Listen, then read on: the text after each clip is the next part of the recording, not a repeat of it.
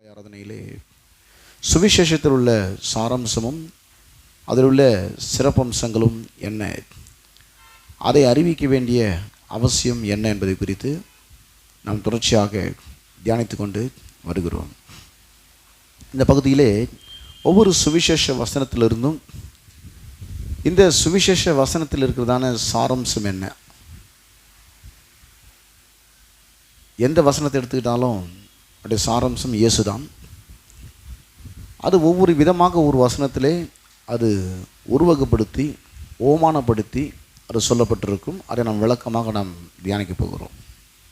ஏன்னா அது இயேசு கிறிஸ்துவை குறித்த ஒரு செய்தி. சுவிசேஷம் என்று சொன்னாலே இயேசு கிறிஸ்துடைய மரணம், அடக்கம் பண்ணப்படுதல், உயிர்த்தெழுதல், இதை குறித்த செய்திதான் சுவிசேஷம். அதில் இருக்கிற சிறப்பம்சங்கள் என்ன என்பதை குறித்து நாம் பார்க்க போகிறோம். அதை அறிவிக்க வேண்டியதான அவசியம் என்ன என்பதை குறித்தும் ஒவ்வொரு சுவிசேஷ வசனத்திலிருந்தும் எடுத்து இந்த 3 காரியங்களை நாம் விளக்கமாக நாம் தியானிக்க போகிறோம். அதில் கடந்த ஒரு சில வாரங்களாக மத்தேயு சுவிசேஷ புத்தகத்திலே 11ஆம் அதிகாரத்தில் 28ஆம் வசனம் முதல் 30ஆம் வசனம் வரை உள்ள ஆண்டவராகிய இயேசு கிறிஸ்து சொன்ன இந்த சுவிசேஷ வசனத்தை எடுத்து அந்த வசனத்திலே உள்ள சாராம்சத்தையும் சிறப்பம்சத்தையும் அதை அறிவிக்க வேண்டிய அவசியத்தையும் நாம் தியானித்து கொண்டு வருகிறோம். வருத்தப்பட்டு பாரம் சுமக்கிறவர்களே, நீங்கள் எல்லோரும் என்னிடத்தில் வாருங்கள், நான் உங்களுக்கு இளைப்பாறுதல் தருவேன். நான் சாந்தமும் மனத்தாழ்மையுமாய் இருக்கிறேன். என் நுகத்தை உங்கள் மேல் ஏற்றுக்கொண்டு என்னிடத்தில் கற்றுக்கொள்ளுங்கள், அப்பொழுது உங்கள் ஆத்துமாக்களுக்கு இளைப்பாறுதல் கிடைக்கும். என் நுகம் மெதுவாயும் என் சுமை லகுவாயும் இருக்கிறது என்றார். அன்பானவர்களே, இந்த சுவிசேஷ பகுதியில் இருக்கிறதான சாராம்சம் ஆண்டவராகிய இயேசு கிறிஸ்து கொடுத்திருக்கிறதான மகத்தான அழைப்பு. அந்த அழைப்பில் 5 விதமான அழைப்பை குறித்து நாம் தியானித்து முடித்திருக்கிறோம். இதில் இருக்கிறதான சிறப்பம்சம் இளைப்பாறுதல். நான் உங்களுக்கு இளைப்பாறுதல் தருவேன். அதுக்கு நாம் தொடர்ச்சியாக தியானித்து கொண்டு வருகிறோம். இதை அறிவிக்க வேண்டிய அவசியம். அறிவித்தால் என்ன நன்மையெல்லாம் நடக்கும்? ஆவிக்குரிய நிலையிலே, மனதிலே, சரீரத்திலே, குடும்பத்திலே, பொருளாதாரத்திலே, தனி மனிதனுடைய வாழ்க்கையிலே, தேசத்திலே என்ன நன்மைகளாக நடக்கும்? அறிவிக்காமல் போனால் என்ன ஒரு பாதிப்பில் மக்கள் போய் சிக்கிக்கொள்வார்கள் என்பதை குறித்து, இதை அறிவிக்க வேண்டிய அவசியம் என்ன என்பதை குறித்து நாம் தியானித்து முடித்தோம். இப்போது இதில் இருக்கிறதான சிறப்பம்சம், இயேசு இளைப்பாறுதல் தருவேன்னு சொல்லி கூப்பிட்டுட்டு உங்கள் மேலே சுமைகளை சுமத்துகிற தேவன் அல்ல, பாரங்களையும் கவலைகளையும் சுமத்துகிற தேவனால். அநேக மக்கள் இப்படி தவறாக விளங்கி கொள்கிறார்கள். அங்கே போனால் நிறைய சோதனைகள் வரும் பொழுது, அங்கே போனால் நிறைய கஷ்டங்கள் வரும். இயேசு கிறிஸ்துவை ஏற்றுக்கொண்டு போனால் அப்போ தான் சோதனை மேலே சோதனை அதிகமாக வரும், கஷ்டத்து மேலே கஷ்டம் அதிகமாக வரும்னு சொல்லி இப்படியாக அவர்கள் எடுத்துக்கொள்கிறார்கள். எப்படிப்பட்ட கஷ்டங்கள் வந்தாலும் அது உங்களை ஜெயிக்கும்னு வேதவசனம் சொல்லலை. உபத்திரவமோ, வியாகுலமோ, துன்பமோ, பசியோ, நாசமோசமோ, நிர்வாணமோ, இவை எல்லாவற்றிலையும் நாம் நம்மில் அன்பு கூறுகிறவனாலே நாம் முற்றிலும் ஜெயங்குழுவலாக இருக்கிறோமே.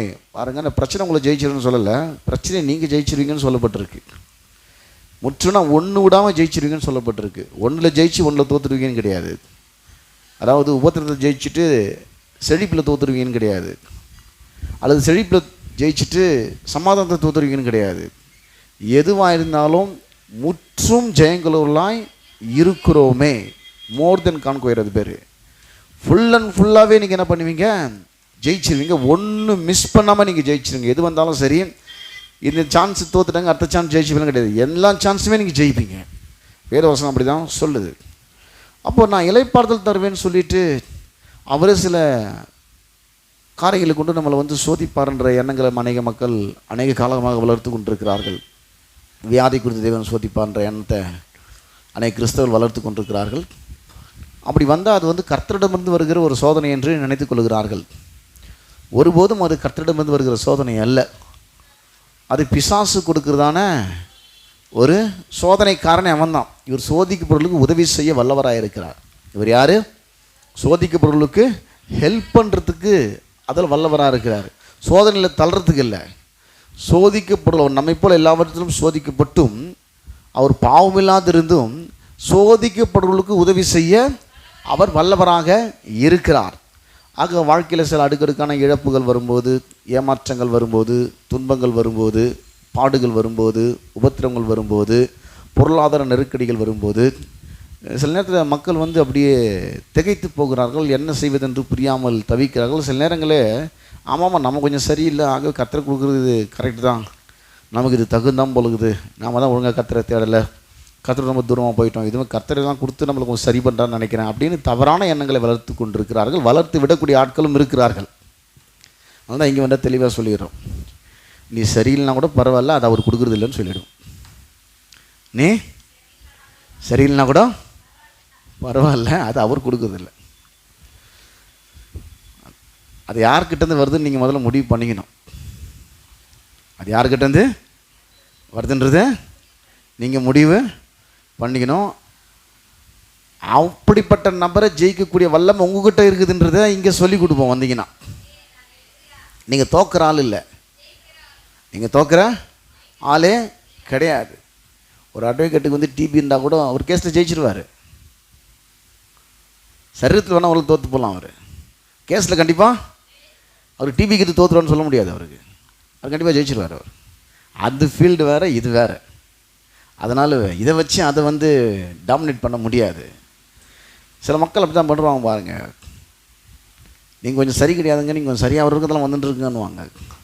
நீ எப்போ சரியாக வருது அதுக்குள்ளே பரலோகமேன்னு சொந்தமேன்னு அவங்கள வந்து பாட்டு போயிடுவாங்க வீட்டுக்கு வந்து சொன்னவங்களே. ஏன்னாக்கா உங்கள் பிள்ளை சரியானதான் நீ 2 இட்லி 2 இட்லி நீங்கள் கொடுப்பீங்கன்னு சொன்னேக்கா, நீங்கள் 2 இட்லி கொடுக்குறதுக்கு கிட்டத்தட்ட ஒரு 6 வருஷம் ஆகிடும் அவனுக்கு. ஏன்னா அவன் சரியாகிறதுக்கு அவ்வளோ டைம் எடுக்கும். இல்லைப்பா நீ சரியில்லை, உனக்கு 2 இட்லி தர முடியாது, நீ சரியானதான் 2 இட்லி தருவேன் அப்படின்னு சொல்லிட்டாக்கா கண்டிப்பாக அவன் இட்லி சாப்பிட போகிறதும் கிடையாது, நீங்கள் கொடுக்க போகிறதும் கிடையாது. அப்படி எந்த தகவலும் சொல்ல மாட்டான். பைபிள் சொல்லுது, பொல்லாதவர்களாகிய நீங்களே உங்கள் பிள்ளைகளுக்கு நல்ல ஈவுகளை கொடுக்க அறிந்திருக்கும் போது தேவன் எதை கொடுக்குறாரோ? நல்ல ஈவுகளை கொடுக்கிறார். இந்த இளைப்பாறுதல் அநேக மக்கள் என்ன பண்ணுறது இல்லையா, சுவிசேஷ கேட்டு ஆண்டவராக இயேசு கிறிஸ்து சொந்த ரட்சகர தேவனாக ஏற்றுக்கொண்டாலும் கூட தன்னோட வாழ்க்கையிலே இந்த இளைப்பாறுதலை வந்து பெற்று அனுபவிக்காமலே அநேகர் மரித்து போகிறார்கள். அதான் வந்து அவங்க வாழ்க்கையில் ஒரு கவலைக்கிடமான ஒரு விஷயம். இதை பற்றி நம்ம விளக்கமாக பேசுறதுக்காக நம்ம இருக்கிறோம். ஏன்னா வாழ்க்கையில் அடுக்கடுக்கான பிரச்சனைகளை சிக்கி அப்படியே வாழ்க்கை ஓடிட்டு அநேக மக்களுக்கு அதுலேருந்து வெளிவரத்துக்கு ரொம்ப டைம் எடுக்குது அவங்களுக்கு. ஏன்னாக்கா அந்த சத்தியம் விளங்காதனால இப்படியே அவங்க வந்து கவனத்தை வந்து சத்தியத்தின் மேல் செலுத்துறதுக்கு பதிலாக தங்கிட்ட இருக்கிற குறைகள் மேலேயும் தான் சந்திக்கிற பிரச்சனைகள் மேலும் சூழ்நிலைகள் மேலேயும் அந்த கவனத்தை செலுத்தி நேரத்தை வீணடித்து விடுகிறார்கள். சத்தியத்தின் மேலே கவனத்தை செலுத்தினா அதுலேருந்து வெளியே வந்திருக்கலாம், அந்த பிரச்சனையிலிருந்து அது ஜெயிச்சிருக்கலாம்.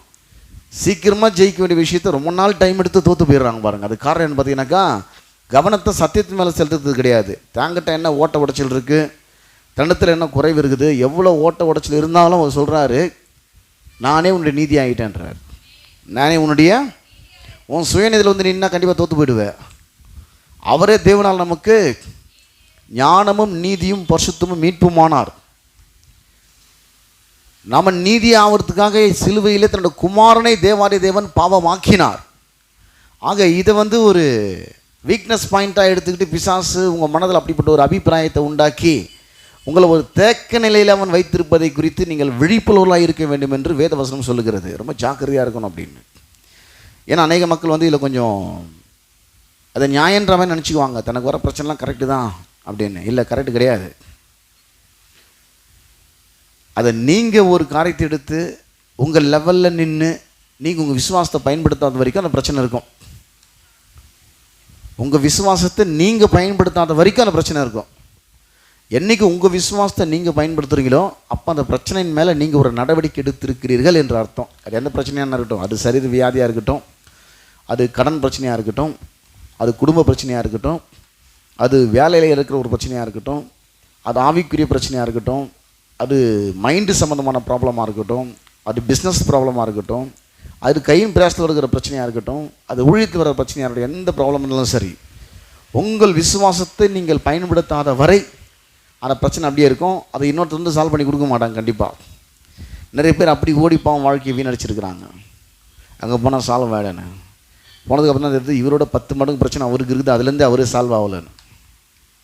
ஐயோ தெரியாதனமா இங்கே வந்துட்டுமே, இங்கே போனால் கொடுமைன்னு போனால் அங்கே ஒரு கொடுமை காத்துன்னு இருக்குதே, இங்கே வந்து கடைசியில் மாட்டிக்கிறேமே அப்படி உங்களுக்கு தெரியும். அதெல்லாம் ஒரு முறை கழுது என்ன பண்ணிச்சான், தற்கொலை பண்ணிக்கலான்னு போயிடுச்சான் கடலுக்கு. ஏன்னா இந்த அண்ணான் வந்து நிறைய பொதியை வந்து மேலே சுமத்தி முதுகு வலி எடுத்து போச்சு. இவங்கிட்ட நம்ம வந்து பொதி சுமக்கிற வேலையை செய்கிறத விட பேசாமல் கடலில் விழுந்து செத்து போயிடலாம் அப்படியே நேராக கடலுக்கு போயிடுச்சு. அங்கே அவன் ரெடியாக உட்காந்துக்கிறான் இவ்வளோ பேர் மூட்டையை வச்சுக்கின்னு.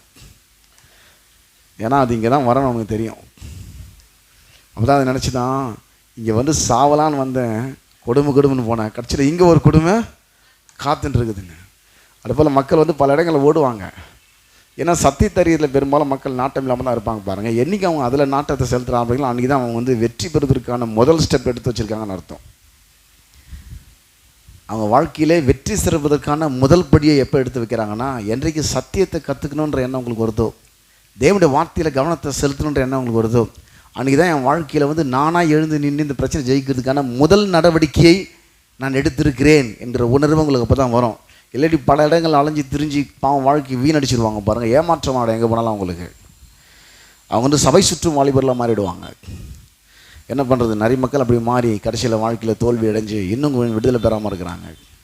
ஏன் இதெல்லாம் சொல்கிறேன்னாக்கா, இந்த கடைசி நாட்கள் அப்படியெல்லாம் நடக்குது பாருங்கள். மக்களுக்கு அவங்க விடுதலை வந்து சத்தியத்தில் இருக்குதுன்ற வெளிச்சம் அவங்களுக்கு பெரும்பாலும் வர்றது இல்லை. நிலைப்பறத்தை பற்றி பேசும்போது எபிரேயர் 4ஆம் அதிகாரத்துலேருந்து நம்ம 1-12 வரை உள்ள வசனத்தை நாம் மேற்கோள் காட்டி நாம் ஆரம்பத்தை சொல்லியிருந்தோம். நிலைப்பற தேவன் என்ன பண்ணுறாருனாக்கா, இந்த உலகத்தை சிருஷ்டிக்கும்போது உலகத்தெல்லாம் சிருஷ்டித்து முடித்து மனுஷனுக்கு தேவையான அத்தனையும் சிருஷ்டித்து முடித்து அவர் 7ஆம் நாளில் ஓய்ந்திருந்தார். அந்த ஓய்வு நாளோடு கம்பேர் பண்ணி இந்த நிலைப்பறத்தில் தேவன் அங்கே சொல்லுகிறார் என்பதை நாம் அங்கே இந்த எபிரேயர் 4ஆம் அதிகாரம் 1-12 வரைக்கும் நாம் வாசித்தோம். இப்போ திரும்ப வாசிக்கிற பாருங்க. ஆனபடினாலே அவருடைய இலைப்பறத்தில் பிரவேசிப்பதற்கு எதுவான வாக்கு தத்தம் நமக்கு உண்டாயிருக்க, நமக்கு என்ன உண்டாயிருக்குது, இந்த இலைப்பாறுதலில் பிரவேசித்து தேவனுடைய ஆசீர்வாதத்தில் அனுபவித்து பிரச்சனை இல்லாமல் வாழக்கூடிய ஒரு வாக்கு தத்தம் நமக்கு உண்டாயிருக்குது. அதனால் உங்களில் ஒருவனும் அதை மிஸ் பண்ணாதபடிக்கு, நழுவ விடாதபடிக்கு, பின்வாங்கி போனவனாக காணப்படாதபடிக்கு பயந்திருக்கணும், கொஞ்சம் ரொம்ப பயபக்தியாக இருக்கணும் அப்படின்னு சொல்லிட்டு இப்போ ஒரு எக்ஸாம்பிள் சொல்கிறார்.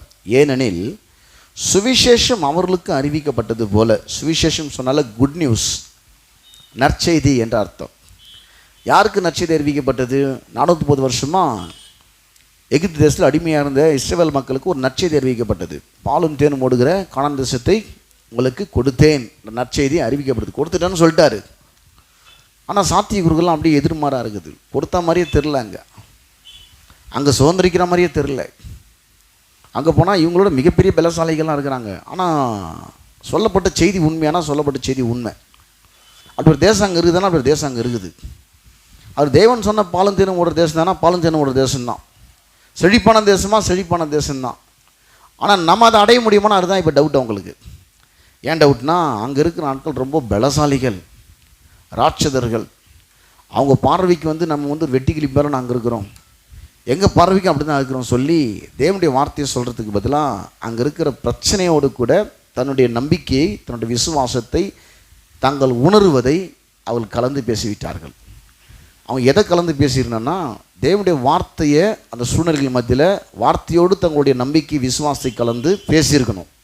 அப்படி பேசுறதுக்கு பதிலாக அங்கே என்ன பார்க்குறாங்களோ, வசனத்துக்கு எதிர்மாறான ஒரு சூழ்நிலையை பார்க்கும்போது அவங்க எதை பேசுகிறாங்கன்னா, இப்படி தான் ஆகிடுமோன்ற பயத்தை, கவலையை, சந்தேகத்தை அதில் மிக்ஸ் பண்ணுறாங்க சூழ்நிலையோடு.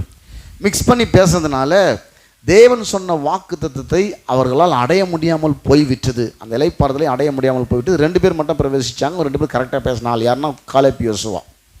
அந்த வசனம் சொல்லுது 2ஆம் வசனத்தை, ஏனெனில் சுவிசேஷம் அவர்களுக்கு அறிவிக்கப்பட்டது போல நமக்கும் அறிவிக்கப்பட்டது. அவங்களுக்கு என்ன அறிவிக்கப்பட்டது?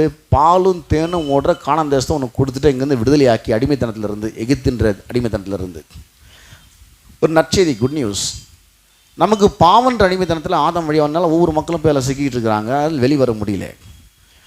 தன்னுடைய குமாரனாக இயேசு கிறிஸ்துவ இந்த பூமியில் மனுஷனை அனுப்பி ஒவ்வொரு மனுஷனுடைய பாவத்துக்கு நிவாரணமாக, பாவ விமோச்சனமாக, பாவத்தை போக்கு கிருபாதார பலியா அவரையே இந்த உலகத்துக்கு பிதாவாகிய தேவன் கொடுத்தார். ஆண்டவராகிய இயேசு கிறிஸ்து ஒட்டுமொத்த ஜனங்களுடைய பாவத்துக்காக, சாபத்துக்காக, உலகத்திற்கு எல்லா ஜனங்களுடைய கடந்த கால, நிகழ்கால, வருங்கால, உலகத்தில் பழக்க போகிற கடைசி மனுஷனுடைய பாவத்துக்காகவும் சாபத்துக்காகவும் சேர்த்து அவர் சிலுவிலே ரத்தம் சிந்தி மரித்து அடக்கம் பண்ணப்பட்டு 3ஆம் நாள் உயிரோடு கூட எழுந்தார். இந்த இயேசு கிறிஸ்துவை தன் உள்ளத்தில் சொந்த ரட்சகராக தேவனாக ஏற்றுக்கொள்ளும் போது தேவனுக்கும் அவனுக்கும் உள்ள துண்டிக்கப்பட்ட உறவு சரிபடுத்தப்பட்டு தேவனுக்கும் அவனுக்கும் உள்ள உறவு ஏற்படுகிறது. ஒரு நல்ல அந்த உறவை அவன் பெற்றுக்கொள்கிறான். தேவனுடைய குடும்பத்தில் ஒரு பிள்ளையாக பிறக்கிறான். தேவனுடைய குடும்பத்தில் ஒரு பிள்ளையாக மாறிவிட்டதுனால இப்போ இந்த உலகத்தை அவன் ஜெயிக்கக்கூடியவனாக இருக்கிறான். தேவனுடைய அனைத்து ஆசைகளுக்கும் சொந்தக்காரனாக மாறிட்டான். இப்போ அவன் வேற நபர். இதுக்கு முன்னாடி பார்த்தா தேவனுடைய குடும்பத்தை ஒரு பிள்ளை கிடையாது. அவன் இருளின் ராஜ்யத்தில் ஒரு மெம்பராக இருந்தான். இப்போ அதுலேருந்து அவன் ரிலீஸ் ஆகி தேவனுடைய குடும்பத்தில் ஒரு பிள்ளை அவன் பிறந்ததுனால இப்போ தேவனுடைய ஆசீர்வாதங்கள்லாம் அவனுக்கு இப்போ சொந்தமாக இருக்குது. சொந்தமாக இருக்கிறதுனால எவ்வளோ பெரிய ஆளாக இருந்தாலும் இப்போது இதன் அடிப்படையில் ஒரு நடவடிக்கை எடுக்க முடியும். உங்கள் லேண்டை மிகப்பெரிய பயில்வான் மடக்கி வச்சுருந்தா கூட, ஐயோ அவன் ரொம்ப பயில்வானாக இருக்கிறான்னு சொல்லிட்டு விட்டுட்டு வந்துட மாட்டீங்க. ஒரு ஸ்டெப் எடுத்து அதை உங்களுக்கு சொந்தமாக்க முடியும். ஒரு ஸ்டெப் எடுத்து, ஏன்னா உங்கள் பேரில் டாக்குமெண்ட் இருக்குது, உங்கள் பேரில் பட்டா இருக்குது, உங்கள் பேரில் எல்லாமே இருக்குது. அது உங்களுடையது. உங்களுடையதை இன்னொருத்தர் மடக்கி வச்சுருக்கிறான்றதுனால அவன் ரொம்ப பயில்வானுங்க, நான் ரொம்ப மெலிசான ஆள், அவங்ககிட்ட என்னால் மல்லு கட்ட முடியாது, அவனை எப்போ நான் ஜெயிச்சு நான் எப்போ இதை சொந்தமாக அவனை எடுத்துன்னு போடன்னு விட்டு வர முடியாது. ஏன்னா அதுக்குன்னு சில சட்டங்கள் இருக்குது. அதை சட்டப்படி மேற்கொண்டு நீங்கள் ஒரு கேஸை போட்டிங்கனாக்கா அரசாங்கம் உங்கள் பக்கம் இருக்கும். அதை உங்களுக்கு சொந்தமாக்கி கொடுக்கும். உங்களுக்கு டிஸ்டர்பன்ஸாக இருக்கிற அந்த மனுஷனை உங்கள் ஏரியாவை விட்டு விரட்டி அடிச்சிடும். அப்போது இந்த உலகத்தின்படி ஒரு மனுஷன் சட்டப்படி நடவடிக்கை எடுக்கும்போது அரசாங்கம் அவன் பக்கத்தில் இருக்கு இல்லையா? அதே போல் தேவன் நமக்கு எதுவெல்லாம் சொந்தம்னு சொல்கிறாரோ அதெல்லாம் நமக்கு கிடைக்காதபடி பிசாசு நமக்கு எதிராக எழும்பும் போது தேவனுடைய வார்த்தையை நீங்கள் எடுக்கும்போது பரலோகம் உங்கள் பக்கத்தில் இருக்கிறது. தேவன் உங்கள் பக்கத்தில் இருக்கிறார். நீங்கள் என்ன சொல்லுகிறீர்களோ அதை உங்களுடைய ஆக்கிக்கொள்ளும்படி, உங்களுடைய ஆகும்படி தேவதூதர்கள் அதுக்கு தான் சர்வெண்ட்டாக கொடுத்து வச்சிருக்கிறாரு, பணிவிடை ஆவியில் கொடுத்து வச்சிருக்கிறாரு. இப்போ அதை செய்ய முடியும். இப்போ சொல்கிறார் 2ஆம் வசனத்தில், என்னால் சுவிசேஷம் அவர்களுக்கு அறிவிக்கப்பட்டது போல நமக்கும் அறிவிக்கப்பட்டது. கேட்டவர்கள் விசுவாசம் இல்லாமல், அதாவது கேட்ட வசனத்தோடு தங்கள் விசுவாசத்தை கலக்காதனாலன்னு அர்த்தம். அதுக்கு அவள் கேட்ட வசனம் அவர்களுக்கு பிரயோஜனப்படவில்லை. விசுவாசித்தவர்களாகிய நாமே அந்த இளைப்பாறுதல் பிரவேசிக்கிறோம். அப்போ நாம் என்ன பண்ணுறோம்? அந்த இளைப்பாறுதலில் பிரவேசிக்கிறோம். இந்த இளைப்பாறுதலை பற்றி பேசும்போது இந்த 4ஆம் வசனமும் 10ஆம் வசனமும் ரொம்ப முக்கியம். அது 2 வசனம் மட்டும் வாசித்துட்டு கலந்து போகிறேன். ஏன்னா என்ன சொன்ன வசனம் இது. 4ஆம் வசனத்தை பார்த்தீங்கன்னா இதில் தான் சொல்கிறார், தன்னுடைய கிரிகெல்லாம் முடிச்சுட்டு 7ஆம் நாளில் ஓய்ந்திருந்தார். அப்போ தேவனே பார்த்தீங்கன்னா இளைப்பாறுதலாக என்னன்றதை மனுஷனுக்கு ப்ராக்டிக்கலாக காமிச்சிருக்கிறார். சிருஷ்டித்த போது எல்லாத்தையும் முடிச்சிட்டோம்பா, இதுக்கப்புறம் எதுவுமே இல்லை செய்கிறதுக்கு, அதனால் ஓய்ந்திருக்கிறேன். இதுக்கப்புறம் உனக்கு உருவாக்கி கொடுக்குறதுக்கு நீ கேட்குறதுக்கு எதுவுமே இல்லை, எல்லாம் செஞ்சு முடிச்சாச்சு, ஆனால் 7ஆம் நாளில் ஓய்ந்திருக்கிறேன்னு அவனுக்கு ஒரு ப்ராக்டிக்கலாக காமிச்சிட்டு, இது எனக்கு மட்டும் இல்லைப்பா உனக்கும் இது ஒரு பிரமாணமாக கொடுத்துருன்னு சொல்லிட்டு ஓய்வு நாளை கடைபிடிக்கும்படி ஒரு கட்டளையாகவே கொடுத்தாரு. அவங்களுக்கு ஓய்வு நாளை கடைபிடிக்கும்படி ஒரு கட்டளையாகவே கொடுத்தார். அந்த 10ஆம் வசனம் வாசினாக்கா, ஏனெனில் அவருடைய இளைப்பாறுதல் பிரவேசித்தவன் தேவன் தம்முடைய கிரியெல்லாம் முடித்து ஓய்ந்தது போல தானும் தன் கிரிகளை முடித்து, தேவன் எல்லாவற்றையும் 6 நாளில் முடிச்சு 7 நாளில் ஓய்ந்திருந்தார். அப்போ இஸ்ரவேல் ஜனங்கள் என்ன பண்ணுவாங்க? 6 நாள் வேலை செஞ்சுட்டு 7ஆம் நாளில் ஒரு சேர்த்துப்பாங்க. தேவ சமூகத்தில் ஓய்ந்திருப்பாங்க, எந்த கிரியும் செய்ய மாட்டாங்க. இப்போ இதெல்லாம் பார்த்தீங்கன்னாக்கா எது ஓய்வு நாள்னு சொல்லிட்டு மக்கள் வாக்குவாதம் பண்ணுறதுக்காக கொடுக்கப்படலை. இது கிறிஸ்துவுக்கு நிழலாக இருக்குன்னு சொல்லி கொலேசியர் நிருபத்தில் 2ஆம் அதிகாரத்தில் 16ஆம் வசனம் 17ஆம் வசனத்தில் அப்போஸ்தலனாகிய பவுல் சுட்டி காட்டுறாரு. இந்த தேவன் ஓய்ந்திருந்ததும் ஓய்வு நாளில் ஒரு பிரமாணமாக அனுசரிக்கும்படி அவங்களுக்கு கொடுத்ததும், அதை தொடர்ந்து சனிக்கிழமை ஞாயிற்றுக்கிழமை ஆர்கியூமெண்ட் பண்ணுறதுக்காக கொடுக்கப்படலை. அது கிறிஸ்துவுக்கு நிழலாக இருக்குது. அங்கே தேவன் ஓய்ந்திருந்தார். இவங்களுக்கு ஓய்வு நாள் வாரத்தில் ஒரு நாள் இவங்க அதை அனுபவிச்சாங்க. அதை மேலோட்டமா நிழலாட்டமா. ஆனால் இந்த கிறிஸ்துவுக்கு பின்பு, கிறிஸ்து உயிர்த்தெழுதலுக்கு பின்பு சபை ஒவ்வொரு நாளும் இந்த இலைப்பாறுதலை பெற்று அனுபவிக்கும்படியாக இதெல்லாம் கிறிஸ்துவுக்கு ஒரு நிழலாக இருக்குன்னு சொல்லி கொலோசியர் 2 அதிகாரம் 16 வசனம் முதல் 17 வசனம் வரை அங்கே பவுல் சொல்லுகிறார். ஆகையால் போஜனத்தையும் பானத்தையும் குறித்தாவது, பண்டிகை நாளையும் மாத பிறப்பையும் ஓய்வு நாளையும் குறித்தாவது ஒருவனும் உங்களை குற்றப்படுத்தாதிருப்பானாக, அவைகள் வரும் காரியங்களுக்கு நிழலாக இருக்கிறது, அவைகள் பொருள் கிறிஸ்துவை பற்றினது. அப்போது அவங்க சனிக்கிழமை ஓய்வு நாள் அனுசரித்தாங்க, நம்ம ஞாயிற்றுக்கிழமை அனுசரிக்கணுமா அப்படி நீங்கள் வாக்குவாதம் பண்ணுறதுக்கு இல்லை. அவங்களோட நிழலாட்டமாக அது கொடுக்கப்பட்டது. இப்போ நம்ம நிஜமாக அனுபவிக்கிறதுக்காக, நாம் நிஜமாக அனுபவிக்கிறதுக்காக நிழலாட்டமாக கொடுக்கப்பட்டது. அங்கே ஆடு வெட்டினாங்க, இங்கே யாரும் ஆடு வெட்டின்னு இல்லை. சர்ச்சில் அங்கே புறா குஞ்சுகளை பலியிட்டாங்க, மாடுகளை பலியிட்டாங்க. இங்கே யாரும் ஆடு மாடுகளை வெட்டி பலியிட்டு இல்லை. கிறிஸ்து நமக்காக பலியாக போகிறான்றதுக்கு நிழலாட்டமாக அந்த ஆடு மாடுகள் அன்றைக்கு பலி செலுத்தப்பட்டது. அதே போல் இந்த இலைப்பாறுதலை கிறிஸ்துவின் மூலமாக நாம் அனுபவிக்க போகிறோம் என்பது அவங்க ஒரு நிழலாட்டமாக வாரத்தில் ஒரு நாள் அனுபவித்தாங்க. அதோட நிம்மதி அனுபவிக்கல. அவங்க ஏன் அனுபவிக்கலன்னா, அவங்க எல்லாத்தையுமே சந்திக்கப்பட்டோம். 7ஆம் நாளில் ஒரு வேலையும் செய்யக்கூடாது, ஆனால் ஒருத்தையுமே சந்திக்கப்படாமல் இருக்க மாட்டாங்க. ஒரு வேலையும் செய்யக்கூடாது, ஆனால் ஒன்றும் இல்லைன்னு சொல்கிறவங்களுக்கு இருக்காது. அவங்களுக்கு எல்லாமே இருக்கும். வேலைக்கு போகாமலே அந்த நாளுக்குரிய எல்லாத்தையும் தேவன் அதுக்கு முன்னாலே கொடுத்துருவார் அவங்களுக்கு. அன்றைக்கி காஃபி இல்லைன்னு சொல்ல முடியாது, அன்றைக்கி சாப்பாடு இல்லைன்னு சொல்ல முடியாது. அன்றைக்கி எது தேவையாலும் அந்த தேவை சந்திக்கப்பட்டுரும். எந்த தேவையாக இருந்தாலும் அந்த தேவை சந்திக்கப்பட்டுரும். அதுக்குரிய எல்லாவற்றையும் தேவன் அதான் இலைப்பாறுதல் அனுபவிக்கிறது. அதை வாரத்தில் ஒரு நாள் அவங்க அனுபவிச்சிருந்தாங்க. ஆனால் ஒரு பிரச்சனை அங்கே இருந்துச்சு. என்ன பிரச்சனைனா, பொருளாதாரத்தில் இலைப்பாறுதல் அனுபவித்தாலும், சரீர சுகத்தில் இலைப்பாறுதல் அனுபவித்தாலும், கையின் பிரயாசத்தில் இலைப்பாறுதல் அனுபவித்தாலும், அவங்க உள்ளத்தில் இலைப்பாறுதல் அனுபவிக்க முடியல அவங்களால. ஏன் முடியலன்னாக்கா, அவங்க பாவம் முற்றிலுமாக நீக்கப்படலை, அவங்க பாவம் மூடப்பட்டது, இது முற்றிலுமாக கழுவப்படலை. அவங்க விழுந்து விழுந்து நியாயப்பிரமாணத்தை படித்தாகூடோ, நியாயப்பிரமாணத்தை கரைச்சி குடித்தாகூடோ, அந்த நியாயப்பிரமாணம் அவங்கள பாவின்னு தான் சொல்லப்போது, நீதிமான்னு சொல்லப்போது கிடையாது. நியாயப்பிரமாணம் அவங்கள பாவின்னு தான் சொல்ல போகுது. அது ஒரு ஸ்கேனிங் மிஷின் மாதிரி, ஒரு எக்ஸ்ரே மிஷின் மாதிரி. அது இருக்கிற பிரச்சனை அப்படியே எடுத்து காமிட்டோம். நீ பாவியாக இருக்கிறப்ப எடுத்து காமிச்சான். விழுந்து விழுந்து நியாயப்பிரமாணத்தை படித்தா கூட அதை அவனை பாவின்னு தான் சொல்கிறோம். அவன் நீதிமான் ஆக முடியாது. அதில் அதை தான் இந்த வசனம் சொல்லுது. ரோமர் 8 அதிகாரம் 3 வசனத்தில், அது எப்படி எனில் மாம்சத்தினால பலவீனமாக இருந்த நியாயப்பிரமாணம் செய்யக்கூடாததை தேவனே செய்யும்படிக்கு. நியாயப்பிரமாணம் எதை செய்யக்கூடல, அவனை நீதிமானாக்க முடியல. யாரை?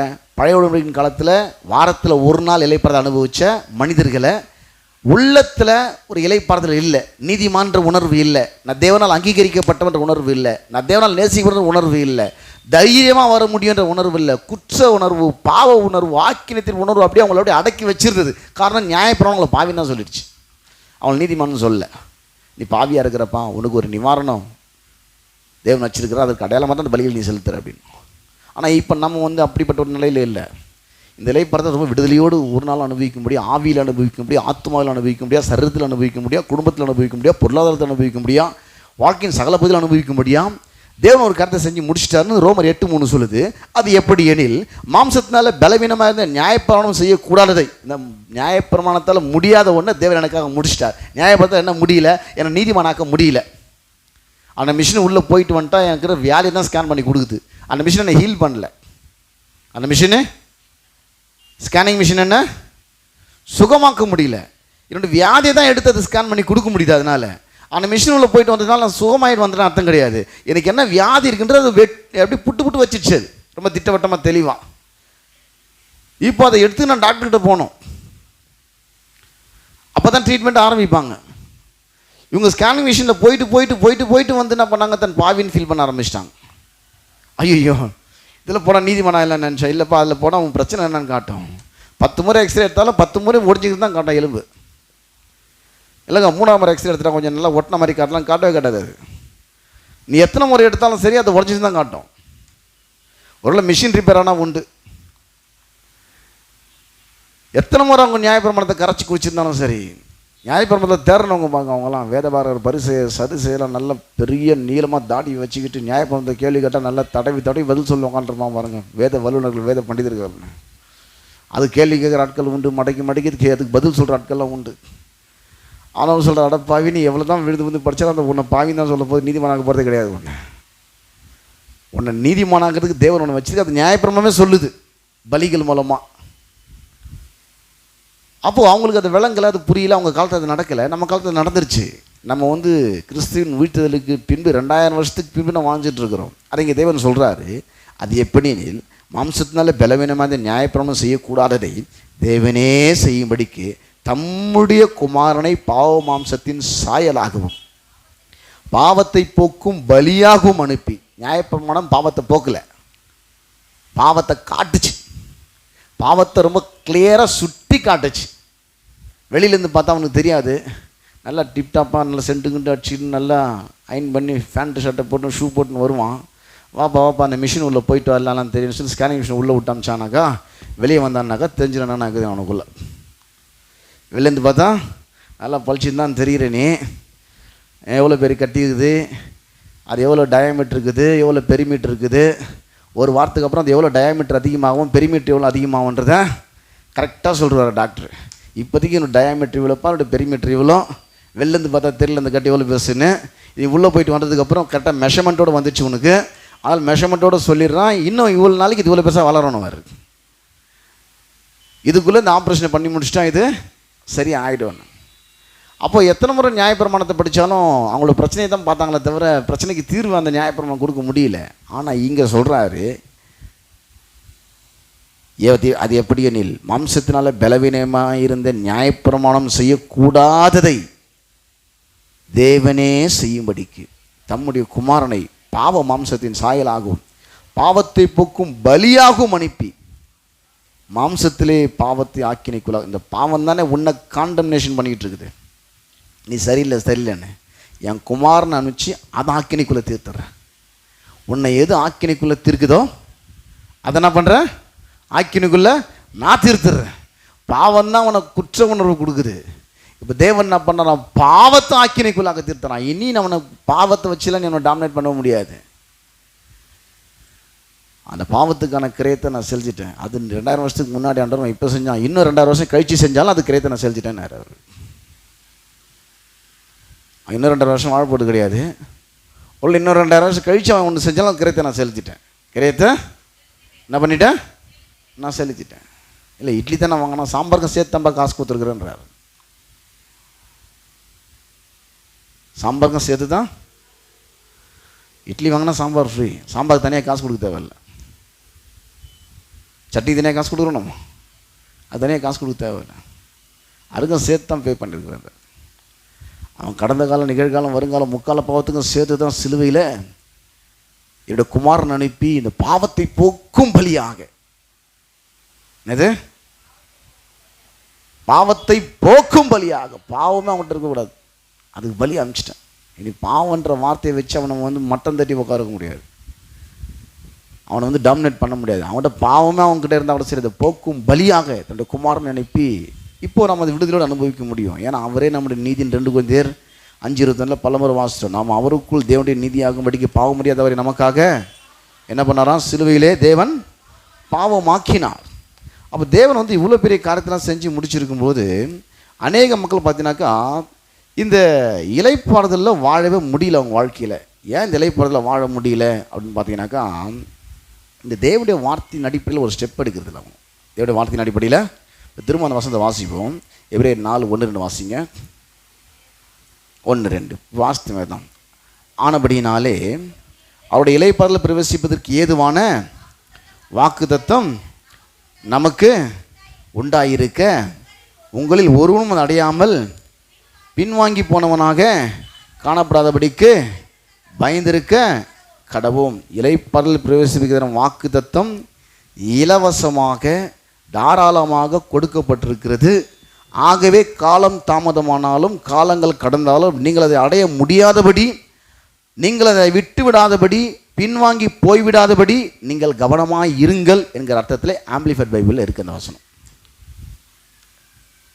தமிழில் எப்படி வருது அந்த வாசனை மீனிங் எப்படி வரும்னா, இளைப்பாறுதல் பிரவேசிப்பதற்கு எதிரான வாக்குத்தத்தம் இலவசமாக தாராளமாக கொடுக்கப்பட்டிருக்கிறது.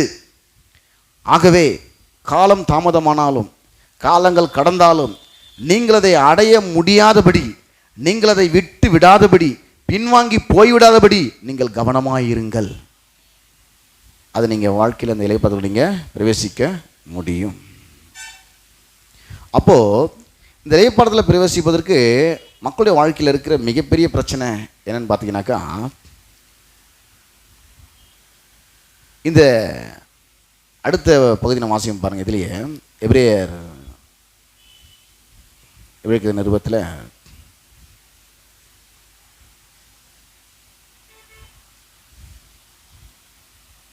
5ஆம் அதிகாரத்துக்கு வாங்க. ஏன்னா அது ஒரே பகுதியாக இருக்குது. 13 to 14 வரைக்கும் வரோம் பாருங்கள். இப்போ எபிரேயர் 4:10 வாசிச்சுட்டு 5:13 வாசிக்கணும். எபிரேயர் நல்ல தானே வாசிச்சுட்டு இருக்கிறோம். இப்போ அடுத்த அதிகாரத்துக்கு அப்படி இப்போ தான் அவங்க அதிகாரமாக பிரிச்சிருக்கிறாங்க. அப்போ ஒரே நிருபமாக தான் இருந்துச்சு எல்லாமே. எபிரேயர் 4:10 வாசிங்க. ஏனெனில் அவருடைய இளைப்பாறுதல் பிரவேசித்தவன் தேவன் தம்முடைய கிரியைகளை முடித்து ஓய்ந்தது போல சொல்கிறாரு. தேவன் எப்படி எல்லாவற்றையும் சிருஷ்டித்து முடித்து ரெஸ்ட் எடுத்தாரோ அதே போல் தானும் தன் கிரிகளை முடித்து, இங்கே தான் மக்கள் தப்பு பண்ணுறது. தானும் தன் கிரியைன்னா உட்கார்ந்து நம்மளது 40 நாள் உபவாசத்தில், தானும் தன் கிரியைனாக்கா நல்லா தேவ சமூகத்தில் விழுந்து கிடக்கு நம்மளுக்குது. தானும் தன் கிரியைனாக்கா எப்போ பார்த்தாலும் ஜெபம் ஜெபம் ஜெபம் ஜெபம் சோத்திரம் சோத்திரம் சோத்திரம்னா கிடைக்கும் பொழுது பாவம் அவங்களுக்கெல்லாம் இன்னும் கூட கிடைக்கல. தான் உண்மை. தானும் தன் கிரிகள்னாக்கா தேவன் வந்து வானத்தையும் பூமி உண்டாக்குறதுக்கு உபவாசத்தில் உட்காந்துடல. தன் கிரிகெல்லாம் முடிச்சு 7 நாளில் ஓய்ந்திருந்தாருன்னா வானத்தை பூமி உண்டாக்குனப்பா நான் 40 நாள் உபவாசத்தில் உட்காந்துறேன், அப்போ தான் வானம் பூமி உண்டாக்கணும்னு உட்காரல அவர். சோத்திரம் சோத்திரம் சோத்திரம் சோத்திரம் சொல்லி நிற்கிறப்பா அந்த வான பூமி தானே உண்டானோன்னு சொல்லலை. நான் அப்படியே விழுந்து கிடக்கிறேன்னு விழுந்து கிடக்கல. வானம் உண்டாக கடவுதுன்னார், வெளிச்சம் உண்டாக கடவுதுன்னார், இந்த ஜலமெல்லாம் திரளாய் ஒரு பக்கம் போய் சேர கடவுதுன்னார். என்ன சொன்னார்னா அவருடைய கிரியை என்னன்னாக்கா, என்ன நடக்கிறோமோ அதை சொல்கிறது அவருடைய கிரியை. அந்த கிரியை முடிச்சிட்ட உடனே எல்லாம் நடந்துச்சு, அவர் ஓய்ந்திருந்தார். இப்போ இவங்க கிரியனா இவங்க வேற கிரியை கொண்டு வந்துடுறாங்க. என்னன்னாக்கா ஜபம் ஒரு கிரியை, உபவாசம் ஒரு கிரியை, தேவ சமூகத்தில் விழுந்துக்கிறது ஒரு கிரியை, பரிசுத்தமாக வாழ்றது ஒரு கிரியை. இதெல்லாம் வாழ்க்கையில் வாழ்ந்து முடிச்சாதான் அது கிடைக்கணும். அதுக்குள்ளே வாழ்க்கை முடிஞ்சிருமே. அந்த கிரியை சொல்ல அவர் தேவன் சிருஷ்டிக்கும் போது எந்த கிரியை பண்ணாரோ அந்த கிரியை நீ பண்ணுன்றார். இப்போ அந்த வசனம் அதான் சொல்லுது 4:10. ஏனெனில் அவருடைய இளைப்பாறுதல் பிரவேசித்தவன் தேவன் தம்முடைய கிரியெல்லாம் முடித்து ஓய்ந்தது போல தானும் தன் கிரிகளை முடித்து ஓய்ந்திருப்பான். தேவன் எல்லாவற்றையும் சொல்லிட்டு அது நடக்கன்ட்டா நடந்துச்சு. அதே போல் சிலுவையில் நம்ம பாவத்துக்கான எல்லா நடவடிக்கையும் எடுத்துட்டு இந்த வசனத்தை சொல்லிட்டார், குணமானீர்கள் அப்படின்னு சொல்லிட்டார். அதை நீ சொல்லுப்பா உனக்கு நடக்கன்றார். நான் சொல்கிறாரு, ஆண்டவரே இந்த வியாதி எதனால் வந்தது எனக்கு தெரியல ஆண்டவரே. அங்கே போனால் பாஸ்டர் பிரேம்நாத் இருப்பார், அவர் சொல்லுவார், அது ஒழுங்காக கேட்டால் உனக்கு புரியும்வார். அதை கேட்டால் உனக்கு புரியும், இல்லாட்டி காலம் ஃபுல்லாக அப்படி தான் சொல்லினே இருப்பேன். அப்பா நீ சித்தப்பா பெரியப்பான்னு கூட வரப்போகிறது கிடையாதுப்பா, நீ அங்கே போய் உட்காந்து வசனத்தை ஒழுங்காக கேட்டால் தான் நான் உனக்கு அந்த வியாதி யார் கொடுத்தது எதனால் வந்து இந்த வியாதிக்கு நான் நடவடிக்கை எடுத்துட்டேன். இப்போது நீ வந்து உன் கிரியை செய்யணும். எது உன் கிரியை? உட்காந்துடாத, அடை காக்கிற கோழி உட்காந்துடுற மாதிரி. உன் கிரியை எதுனாக்கா வசனத்தை எடுத்து இப்போ நீ சொல்லு. நான் சொன்னல வெளிச்சம் உண்டாக கடவுதுன்னு, நான் சொன்னல இந்த ஜலங்கள்லாம் போய் தரல ஒரு பக்கம் சேர கடவுதுன்னு, நான் வார்த்தை எடுத்து சொன்னல. அப்போ இந்த 12ஆம் வசனத்தில் அப்படி தான் முடிக்கிறார். எபிரேயர் 4 ஆரம்பிக்கும் போது தேவனுடைய வார்த்தையானது ஜீவனும் வல்லமையும் உள்ளதாயும் இளைப்பாறுதல் பேசிட்டு அந்த இளைப்பாறுதல் எப்படி நம்ம கிரியை நம்ம காட்டணும்னாக்கா வசனம் இன்னைக்கும் வேலை செய்யுது. அது ஆவிக்குள்ளே போகுது, ஆத்துமாக்குள்ளே போகுது, சரீரத்துக்குள்ளே போகுது, ஊனுக்குள்ளே போகுது, கணுக்குள்ளே போகுது, எல்லாவற்றிலும் போகுது. எல்லாவற்றிலும் போய் சிருஷ்டிப்பின் வல்லமை அது செய்து முடிக்குது. அந்த வசனம் இன்னைக்கு ஜீவனுள்ளதாக இருக்குது. அதை எடுத்து உன் வாயில நீ பேசணும். பிரச்சனை பேசினு இருக்கக்கூடாது. உன் வாயில் நீ அந்த வசனத்தை எடுத்து பேசினாக்கா இப்போ நான் என்ன செஞ்சு முடிச்சுனோம் உன் வாழ்க்கையில் நடக்கிறதுக்கு, அது உன் வாழ்க்கையில் நடக்கிறதுக்கான கிரியை இப்போ நீ செஞ்சுட்டு இருக்கிற, உன் வாழ்க்கையில் நிறைவேறணுன்ற கிரியை. இல்லை ஆண்டவரே என்ன பண்ணுறதுப்பா, இதை வச்சுருந்தான் குடும்பத்தை ஏதோ நடத்தணும் பழகுது, இவ்வளோ கடன் கொடுக்கணும், இவ்வளோ கொடுத்து எவ்வளோ நிற்கும், இதை வச்சு எத்தனை நாள் குடும்பத்தை ஓட்டுறது, ஒன்றும் புரியலையே. இல்லை 1000 மடங்கு நீ பெருகுன்னு வேறு வசனம் சொல்லுது. நீ அனுபவிக்க தேவையான சகல நன்மைகளையும் சம்பூர்ணமாக உனக்கு கிடைக்கிறதுக்காக அவர் ஜீவனுள்ள தேவனாக இருக்கிறான் கொடுக்கறதுக்கு. ஒரு குறை கூட விட்டு வைக்காம கொடுக்குற தேவன். நீ வந்து சூழ்நிலையை பார்த்து பேசிடாத. இப்போ குறைஞ்ச வருமானம் உங்கள் கையில் இருக்கலாம், சம்பளம் கம்மியாக இருக்கலாம், ஆனால் அதுவும் வாழ்க்கையே இல்லை. வாழ்க்கையில் அபரிவிதம் பெருக்கும். நீங்கள் எல்லாவற்றிலும் எப்போதும் சம்பூர்ணமுடையவர்களாய் சகலவித நற்கிரிகளும் பெருகுறலாய் இருக்கும்படி உங்களிடத்த சகலவித கிருபிகளையும் பெருக செய்ய அவர் வல்லவராக இருக்கிறாரே. அவர் வல்லவராக இருக்கிறாரு. இன்னைக்கு இதை வச்சுட்டு இருக்கலாம், என்கிட்ட இருக்கிற சம்பளம் இவ்வளோ தான் இருக்கலாம். ஆண்டவர் இதை வச்சுட்டு இந்த மாதம் குடும்பம் நடத்த முடியுமான்ற, இல்லைப்பா இதை வச்சுட்டு 10 இடத்துல பிளாட் வாங்கி போட முடியும். ஐயோ பக்குன்னு குடும்பம் நடத்த முடியுமானே சந்தேகமாகுது. 10 இடத்துல இடம் வாங்கி போட முடியும்னு சொல்கிறீங்களே, பெருகும் பார்த்துன்றாரு. அது பெருகும்பா. வசந்த விசுவாசம் தான் கண்டிப்பாக அது பெருகும். இதை வச்சு குடும்பம் நடத்துறது பெரிய விஷயம் நினைக்கிறேன். இதை 10 இடத்துல இடம் வாங்க முடியும்னு சொல்கிறீங்க, கண்டிப்பாக பெருகும். அது அதை பெருக பண்ண வல்லவராக இருக்கிறார். பெருக பண்ண வல்லவராய் இருக்கிறார். அவங்க அப்படி தான் பார்த்தாங்க. ஐயோ நம்மளால முடியாது பல், சரிப்பட்டு வராது பல், அவன் வெட்டுக்கிளி அடிக்காமல் அடிச்சிடுவான் போல் நம்மளை பார்த்தா. அவன் பார்வைக்கு நம்ம அப்படி தான் இருக்கிறோம். அவன் பார்வைக்கு நீ அப்படி இருக்குது மேட்டரே கிடையாது. உன் பார்வைக்கு நீ அப்படி இருக்கக்கூடாது. மற்றவங்க பார்வைக்கு நீங்கள் இலக்காரமாக இருந்தால் அது உங்கள் தப்பு இல்லை. உங்கள் பார்வைக்கு நீங்கள் இலக்காரமாக இருக்கக்கூடாது. உங்கள் பார்வைக்கு நீங்கள் இலக்காரமாக இருக்கக்கூடாது. மற்றவன் உன்னை இலக்காரமாக நினைக்கிறான்னா அது அவன் தப்பு அப்படி நினைக்கிறது. அது உங்கள் தப்பு இல்லை. அவன் அப்படி நினைக்கிறான். அவன் நினச்சின்னு போகிறான். அவனுக்கு தெரியல உன்னை பற்றி. நீங்கள் உங்களை தரக்குறைவாய் நினைக்கக்கூடாது. நீங்கள் உங்களை ஒரு இலக்காரமாக நினைக்கக்கூடாது. நீங்கள் உங்களை ஒரு வெட்டிக்கிளி மாதிரி நினைக்கக்கூடாது. அவங்க அதான் பேசிட்டாங்க. எங்கள் பறவைக்கும் அப்படி இருந்தோன்ட்டான். எங்கள் பறவைக்கும் அவன் பறவைக்கு அப்படி இருந்தோன்னு சொல்லிட்டான். அவன் நினைக்கிறது கரெக்டாக தான். நான் அதை அப்படி ஆமான்னு சொல்கிறேன்னு சொல்லிட்டான். நான் அதுக்கு ஆமான்னு சொல்கிறேன். அதனால் அவங்களால் பிரவேசிக்க முடியல, இளைப்பாறுதலை பெற்று அனுபவிக்க முடியல. இப்போ எபிரேயர் 5:13 வரும். நம்ம கிரியை என்னன்னு பார்க்கலாமா? எபிரேயர் 5:13 இந்த அடுத்த அதிகாரம். பால் உண்கிறவன் பாருங்க. இந்த பால் அப்படின்னு சொன்னாலும் அது வேதவசனம் தான் குறிக்குது. கலங்கமில்லாத திருவசனமாகி ஞானப்பால்னு வராது. பலமான ஆகாரம் அப்படின்னு சொன்னாலும் அது வேதவசனம் தான் குறிக்குது. பால் உண்கிறவன் குழந்தையாக இருக்கிறபடினாலே நீதின் வசனத்தில் எதில் பழக்கம் இல்லையா? புதுசாக ரட்சிக்கப்பட்டிருக்கிறான். புதுசாக பிறந்த குழந்தைக்கு எடுத்துன்னு போயிட்டு சிக்கன் 65 வாயில் வச்சா அதுக்கு சாப்பிட தெரியாது. ஏன்னா அது புதுசாக பிறந்துருக்குது. அது வாயில் எடுத்துன்னு போய்ட்டு வைக்க முடியாது. அதுக்கு பல்லே முளைக்கலை. அதனால் அதுக்கு எல்லாம் கொடுக்க முடியாது. அதுக்கு பாலை தான் கொடுக்க முடியும். ஆனால் வளர்ந்த உங்களுக்கு போயிட்டு 18 வயசு ஆயிடுச்சுங்க, அப்படியே ரோட்டில் நிப்பிள் பாட்டில் வாயில் வச்சுக்கினே போகிறான்னா எல்லாம் ஒரு ஆச்சரியமாக பார்ப்பான் அவனை. அட பாவி, இவனுக்கு 18 வயசு ஆயிடுச்சு, இவன் பாட்டில் வாயில் வச்சு குடிச்சிக்கினே போகிறான். நான் எல்லாம் ஆச்சரியமாக பார்ப்பான். இவனுக்கு என்ன ஆச்சுன்னு தெரியல. இவனுக்கு ஒரு பைத்தியக்காரன் நினச்சிப்பான். என்ன நினைப்பான்? குழந்தை வாயில் அது வச்சா யாரும் அதை தப்பாக நினைக்க மாட்டாங்க. ஒரு பாட்டில் வாயில் வச்சு பிடிச்சின்னு இருந்தாங்க, அது தப்பாக நினைக்க மாட்டாங்க. அது குழந்தை. அது வாயில் நீங்கள் நல்லி எலும்பி வச்சா தான் தப்பு. அது குழந்தை. அது வாயில் நிப்பிள் பாட்டுக்கு தப்பு கிடையாது. இவன் 20-25 வருஷம் ஆகி கூட இவன் வாயில் அதை வச்சுன்னு போகிறானாக்கா, அப்பா வீட்டில் எப்போ சந்தோஷம்னு சொல்லிக்கினே சத்தியத்தை அறியாமலே உட்காந்துதானாக்கா, அந்த அப்பாவை அறிய வேண்டிய விதத்தை இன்னும் அறியாமல் இருக்கிறான் பாவம். இவனுக்கு இதே தான் கதையாக போச்சு. தப்பு இல்லை அப்படி பாடுறது, நல்ல பாட்டு தான் அது. அந்த சந்தோஷம் எதில் இருக்குதுன்னு பார்க்கணும். இவன் காலம் ஃபுல்லாக குழந்தையாகவே இருக்கிறான். எதில் அவனுக்கு பழக்கம் இல்லை தெரியுமா? எதில் பழக்கம் இல்லை? அந்த வசனத்தை பாருங்கள். எதில் பழக்கம் இல்லை அவனுக்கு? வசனத்தில் பழக்கம் இல்லை. வர எல்லா பழக்கமும் இருந்துங்க. எவ்வளோ பண்ண சொன்னால் அதை நல்லா தாங்க பண்ணுறான்.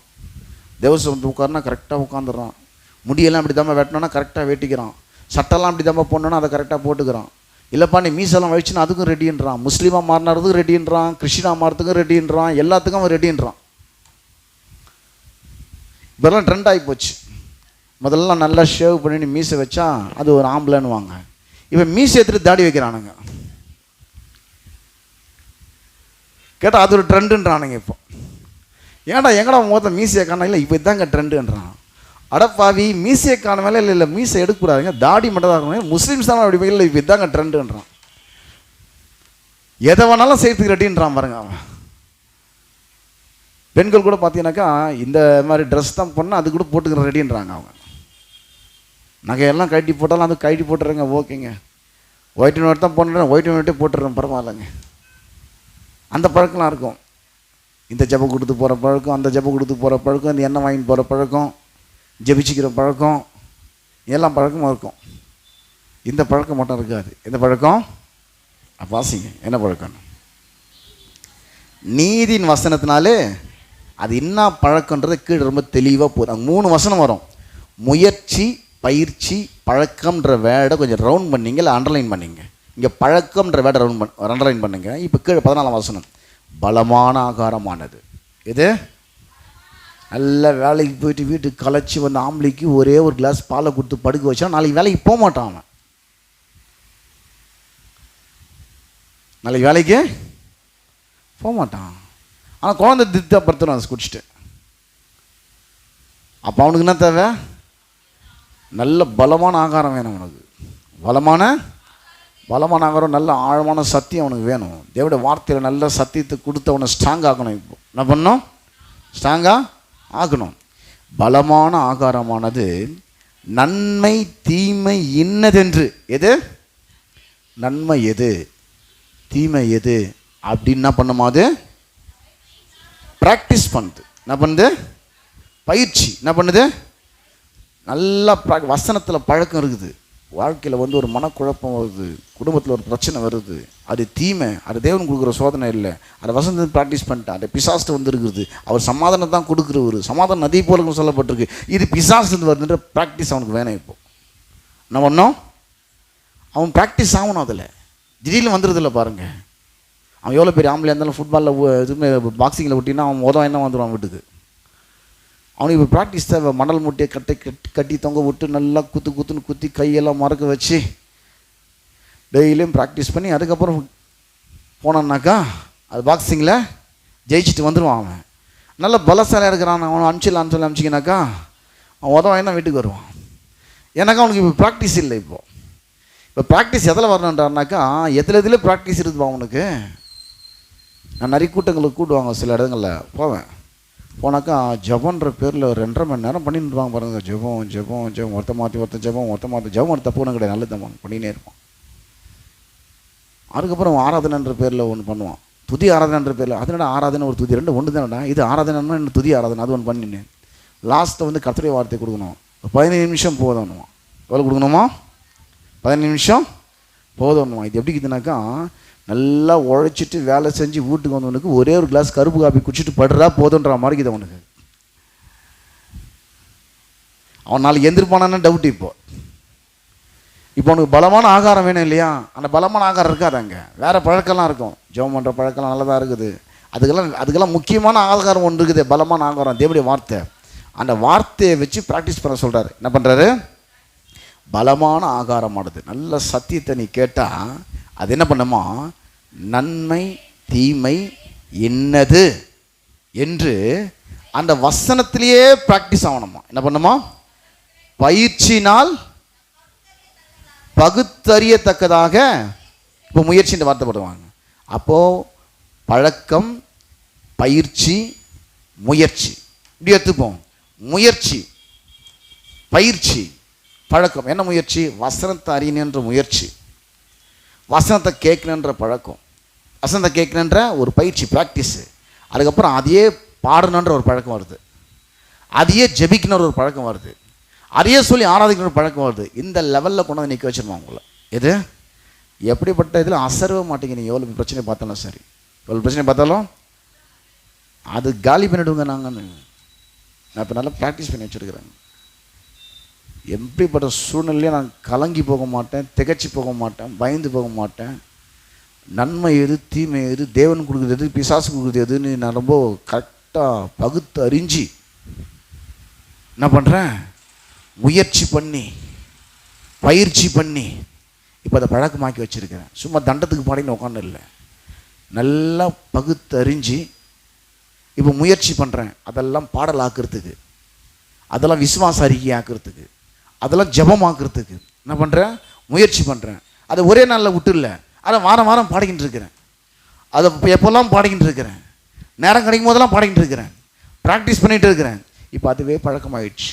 அதுவே ஆயிடுச்சு, பழக்கமாக ஆயிடுச்சு. இப்போ அந்த லெவலுக்கு கொண்டாந்து நிற்க வச்சிருமா. என்ன பண்ணுமோ? நன்மை தீமை இன்னதென்று வசனத்தை கொண்டு பகுத்தறியக்கூடிய பழக்கம் ஆவிக்குரிய கிறிஸ்தவர்களுக்கு இருக்க வேண்டும் என்று இந்த வசனம் சுட்டி காண்பிக்கிறது. ஏன்னா எந்த நன்மையாக இருந்தாலும் யாக்கோபு 1:17 படி அது தேவன்கிட்ட தான் வருது. எந்த நன்மையாக இருந்தாலும் அது எங்கேருந்து வருது? யாக்கோபு 1:17 நன்மையான எந்த ஈவும் பூரணமான எந்த வரமும் பரத்திலிருந்து உண்டாகி ஜோதிகளின் பிதாவிடமிருந்து இறங்கி வருகிறது, அடுத்தல் யாதொரு மாறுதலும் இல்லை, வேற்று நன்மை மட்டும்தான் வரும், அதில் மாற்றமே இல்லை என்றார். என்கிட்ட இருந்து வருது நன்மை மட்டும் தான் வரும், தீமை வராது, அதில் சேஞ்சஸே இருக்க முடியாது என்றார். அதில் மாற்றமே தீமை வருது, அது என்கிட்ட வருது கிடையாது. இப்படி ஒரு பகுத்தறிகிற பழக்கம் வேணும். பகுத்தறிகிற நேர் எதிரான சூழ்நிலைகளில் பார்க்கணும். வாக்கு பண்ணினவர் உண்மை உள்ளவர். நம்ம விசுவாச அறிக்கை சில நேரத்தில் உணர்வுகள் ஒத்துழைக்காது.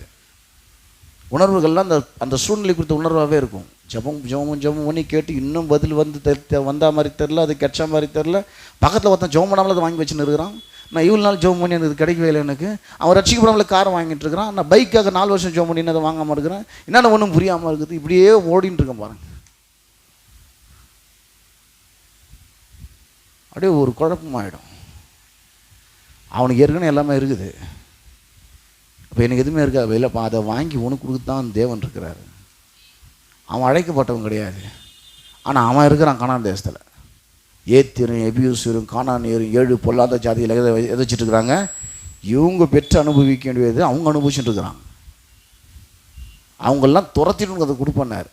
அவங்கெல்லாம் துரத்திட்டு உனக்கு அதை கொடுப்பன்றார். இவன் நினச்சாலும் அவன் பொழுது நமக்கு எதுவும் கிடைக்காது, அவ்வளோதான்.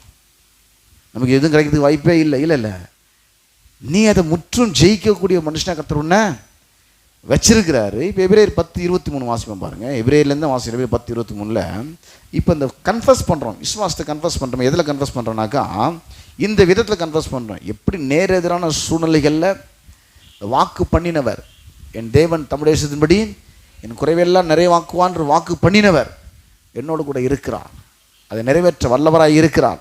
அந்த சூழ்நிலையின் மத்தியில் அந்த வாக்கு பண்ணினவரை பிடித்து கொண்டு வாக்கு தத்தத்தை சொல்லி நான் துதிக்கும் போது இந்த மன அழுத்தத்திலிருந்து நான் விடுதலை ஆகி எனக்குள்ளே ஒரு மிகப்பெரிய தேவ சமாதானத்துக்குள்ளே நிலைப்பாடுதலுக்குள்ளே நான் பிரவேசிக்கிறேன். இதன் வசனம் சொல்லுது எபிரேயர் 10:23 அல்லாமலும் நம்முடைய நம்பிக்கையை அறிக்கிடுகிறதில் கொஞ்சம் கூட சூழ்நிலை பார்த்து ஷேக் ஆகாமல், ஐயோ நீ பார்த்தா சொல்லின்னு கிடக்குறாங்க, ஒன்றும் மாறுற மாதிரி தெரில, அசைவில்லாமல் உறுதியாக இருக்க கடவுள். ஏன் அப்படி ஸ்ட்ராங்காக இருக்கிற? இல்லை வைராக்கியமான ஆள் அதனால இல்லை, அதை சொன்ன ஒரு உண்மையில் ஒரு ஸ்ட்ராங்காக இருக்கிற. கீழே வாசிங்க. அல்லாமலும் நம்முடைய நம்பிக்கை அறிக்கிடுகிறதில் அசைவில்லாமல் உறுதியாக இருக்க கடவுள். எதுக்கு? நான் ரொம்ப வைராக்கியமான ஆளுங்க அப்படி தாங்க. அப்படி இல்லை, வாக்கு தத்தம் பண்ணினவர் உண்மையில்வராக இருக்கிறாரு. அவர் கரெக்டான ஆளுங்க, ஆனால் தான் நான் அதை சொல்லின்னு இருக்கிறேன். நானும் கரெக்டான ஆள் அப்படி இல்லை, நான் கரெக்டான ஆள் இல்லைன்னா கூட அவர் சொன்னவர் கரெக்டான ஆள், சொன்னவர் கரெக்டான ஆள். ஆனால் நான் என்ன பண்ணுறீங்க சொல்லிக்கிட்டு இருக்கிறேன். அப்படி தான் ஆரம்பத்தில் கொஞ்சம் சிரிச்சா. யாருனாக்கா சாரால் உனக்கு பிள்ளை பிறகுனா நகைக்க ஆரம்பிச்சிட்டான். நான் ஒரு கிழவியாக இருக்கேன், எனக்கு போய் குழந்தை பிறக்குமான்னு. இப்போ அவன் கொஞ்சம் சரியாக புரிஞ்சிக்க ஆரம்பித்த ஆண்டவர். இதே எபிரேயர் 11:15 விசுவாசத்தினாலே சாராலும் வாக்குத்தத்தம் பண்ணினவர் உண்மையுள்ளவர் என்று எண்ணி கர்ப்பந்தரிக்க பலனடைந்து வயது சென்றவளாயிருந்தும் பிள்ளை பெற்றான். தன்னுடைய சரீரம் செத்து போச்சுன்னு நினச்சவன், இதுக்கப்புறம் குழந்தைய பிறக்காதுன்னு நினச்சவன் ஒரு கேலி பிரியாசத்தோடு சிரித்து ஆண்டு சொல்லும் போது இப்போ விசுவாசிக்க ஆரம்பிச்சிட்டான். என்ன பண்ணுறான்? விசுவாசத்தினாலே சாராலும் வாக்குத்தத்தம் பண்ணினவர் உண்மையுள்ளவர் என்று எண்ணி கர்ப்பந்தரிக்க பலனடைந்து வயது சென்றவளாயிருந்தும். அன்பானவர்களே, வேதவசனம் சொல்லுது பிலிப்பியர் 4:6-7 வரைக்கும் உங்கள் வாழ்க்கையின் தேவைகளை குறித்து, பிரச்சனைகளை குறித்து, எதிர்ப்புகளை குறித்து, சவால்களை குறித்து, எதிர்காலத்தை குறித்து ஒன்றை குறித்தும் கவலைப்படாமல் எல்லாவற்றை குறித்து உங்கள் விண்ணப்பங்களை ஸ்தோத்திரத்தோடு கூடிய ஜபத்தினாலும் வேண்டுதல்னாலும் தேவனுக்கு தெரியப்படுத்துங்கள். அப்போ இந்த இலைப்பாறுதல் நீ போயிடுவேன். அப்பொழுது எல்லா புத்திக்கும் மேலான தேவ சமாதானம் என்ன பண்ணுமா? ஏன் இதை சொல்கிறேன்னாக்கா, நான் ரொம்ப வைராக்கியமானாலும் சொல்ல, அதை சொன்னவர் செஞ்சு முடிக்கக்கூடிய உண்மை உள்ள தேவன், வாக்கு மாறாதவர். அவர் அறிகிற அறிவில் நான் சரியாக அவரை அறிஞ்சிக்கொள்ள உதவி செஞ்சதுனால, அவர் நல்லவர்ன்றதுனால, அவர் வாக்கு மாறாததுனால நான் இதை சொல்லிக்கினே இருக்கிறேன். இல்லை இவ்வளோ நாள் சொல்லி நீங்க ஒன்று நடக்கிற மாதிரி தெரியல. இல்லை அவர் உண்மை உள்ளவர், அவர் உண்மை உள்ளவர். நல்ல ஒரு ரவுண்ட் அடிச்சு மலையை பார்த்து ஒன்றும் நடக்கிற மாதிரி தெரியல, நான் போய் இன்னொரு ரவுண்ட் அடிச்சுட்டு வந்தார். 7 முறை ரவுண்ட் வச்சு பார்த்தீங்கன்னா கையளவு தான் மேகம் தெரியுதுன்னா, போய் சொல்லிவிடு பெரிய மழை வரும் அப்படின்னு. போய் சொல்லிவிடு. ஆண்டவர் ஒரு வார்த்தையை சொல்லி அது நடக்கிறதுக்கு எதிரான சூழ்நிலை மத்தியில் இருந்தாலும் சரி, அப்படியே ஸ்ட்ராங்காக இல்லைங்க. நம்ம நம்பிக்கை அடிக்கிறதில் அசைவில்லாமல் உறுதியாக இருப்போம். வாக்கு தத்தம் பண்ணினவர் உண்மையிலவராய் இருக்கிறாரு. நீதிமொழிகள் 18ஆம் அதிகாரம் 20-21 சொல்லுது, அவனவன் வாயின் பலனால் அவனவன் வயிறு நிரம்பும். யார் வாயின் பலனால? நீங்கள் தோசை சாப்பிட்டீங்கன்னாக்கா என் வயிறு நிரம்புமா? நீங்கள் பரோட்டா சாப்பிட்டீங்கன்னா என் வயிறு நிரம்புமா? நிரம்பார். நான் சாப்பிட்டா தான் நிரம்பும் இல்லையா? அந்த வயிறை பற்றி அவர் சொல்ல இருதயத்தை சொல்கிறாரு. நீ வாயை திறந்து வேறு வசனத்தை சொன்னாக்கா உன் உள்ள சமாதானத்தால் நிரம்பும். அவனவன் வாயின் பலனால் அவனவன் வயிறு நிரம்பும், அவனவன் உதடுகளின் விளைவினால் அவன் திருப்தி. அவன் சொல்லிட்டு இப்போ மரணமும் ஜீவனும் நாவின் அதிகாரத்தில் இருக்கும், அதில் பிரியப்படுகிறவர்கள் என்ன பண்ணும்? ஆபத்து வரும்போது வீரர்கள் வீராங்கனைகள்லாம் ஃபோன் நம்பர் கொடுத்துருக்குறாங்க, 24 hours. அவளை நோக்கி கூப்பிடலாம் இல்லை. சங்கீதம் 50:15 சொல்லப்பட்டிருக்கு, ஆபத்து காலத்திலே உன் சபையில் ஒருவர் வருவார், அவர்கள் சொல்வார்கள் ஜெபிக்க அவர்களெல்லாம் வந்து ஜெபித்துக் கொள்ளுங்கள் என்று.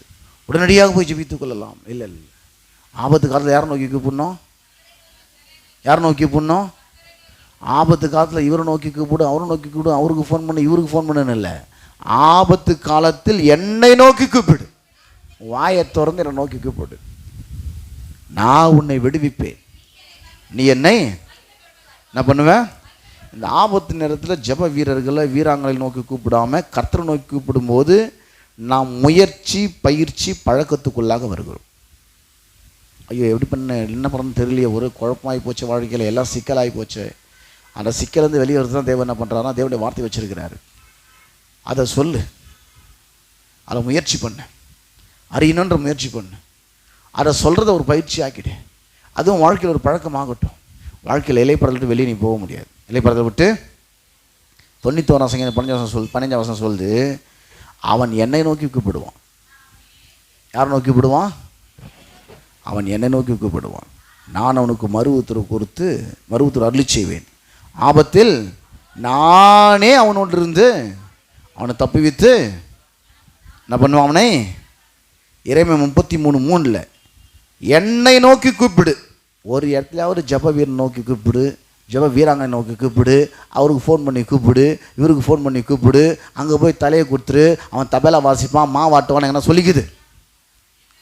ஒரு இடத்துல சொல்ல பாருங்க, என்ன நோக்கி கூப்பிடு. ஆபத்து காலத்தில் என்ன நோக்கி கூப்பிடு. என்ன சொல்லப்பட்டிருக்கு? ஆமாம், உனக்கு தெரியாத விஷயத்தெல்லாம் கிளியர் பண்ணி விட்டுறேன். ஒரே குழப்பமாகுது ஆண்டவரே, என்ன பண்ணுறதுனே தெரியல, நான் கிளியர் பண்ணி விட்றேன்றார். என்ன நோக்கி கூப்பிடு. ஒரே குழப்பமாகுது, என்ன முடிவெடுக்குதுன்னே தெரியல, சிக்கலாகி போச்சு வாழ்க்கையை, என்ன நோக்கி கூப்பிடு. நீ முயற்சி பண்ணு, வேறு வசந்த அறியணும்னு. அதை வந்து கன்ஃபஸ் பண்ணுறதை பயிற்சியாக்கு, அதை தொடர்ந்து செய்கிறத பழக்கமாக்கு. அப்போ நீ ஸ்ட்ராங்கான ஆகாரத்தை சாப்பிட்டு இருக்குன்னு அர்த்தம். என்ன பண்ணுற? ஸ்ட்ராங்கான எப்படிப்பட்ட பிரச்சனை அடித்து காலி பண்ணிடலாம். நீ அவ்வளோ பலன் உனக்குள்ளே இருக்கும். எப்படிப்பட்ட பிசாசு சவால்களை கொண்டு வந்தாலும் சரி, எதிர்ப்புகளை கொண்டு வந்தாலும் சரி, பிரச்சனைகளை கொண்டு வந்தாலும் சரி, சரீர பிரகாரம் வியாதியை கொண்டு வந்தாலும் சரி, பொருளாதாரத்தில் நெருக்கடியை கொண்டு வந்தாலும் சரி, எப்படிப்பட்டதான் நான் சிக்கலை கொண்டு வந்து உங்களை சிக்க வச்சாலும் சரி, நீங்கள் வெளியே வருவீங்க.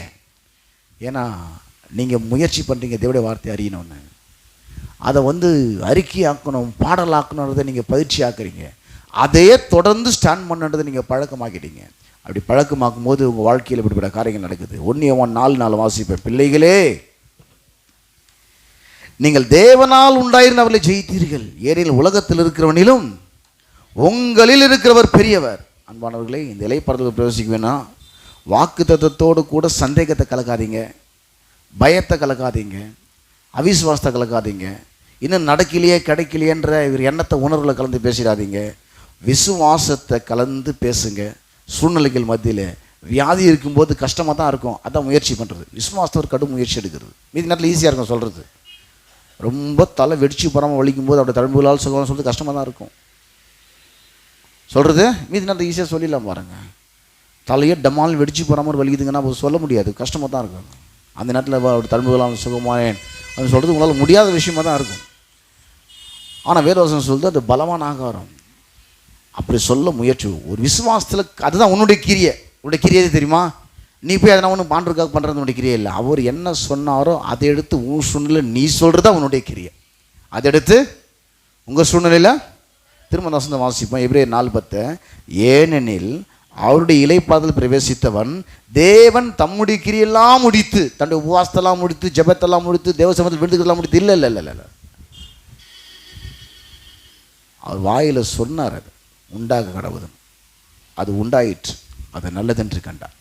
வாயில் சொன்னார், அது அவருடைய கிரியை.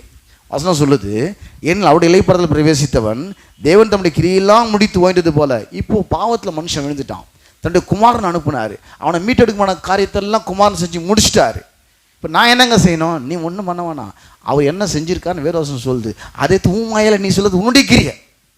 அதை எடுத்து அந்த சூழ்நிலைகள் மத்தியில் உங்கள் வாயால் எனக்கு எதிராக உருவாக்கப்படும் எந்த ஆயுதமும் வாய்க்காதே போகும் அப்படி நீ சொல்லு. ஒரு வழியாக எனக்கு எதிராக புறப்படும் 7 வழியை ஓடி போவான் நீ சொல்லு. அது உன்னுடைய கிரியை. அது அதை நீ சொல்லும்போது, அதை சொல்லி துதிக்கும் போது, அது ஒரு முறை சொன்னால் கஷ்டம் நடக்காத மாதிரி சொன்ன ஒன்றும் நடக்கல நம்ம தெரியும். அதை ப்ராக்டிஸ் பண்ணுன்றார். என்ன பண்ணு?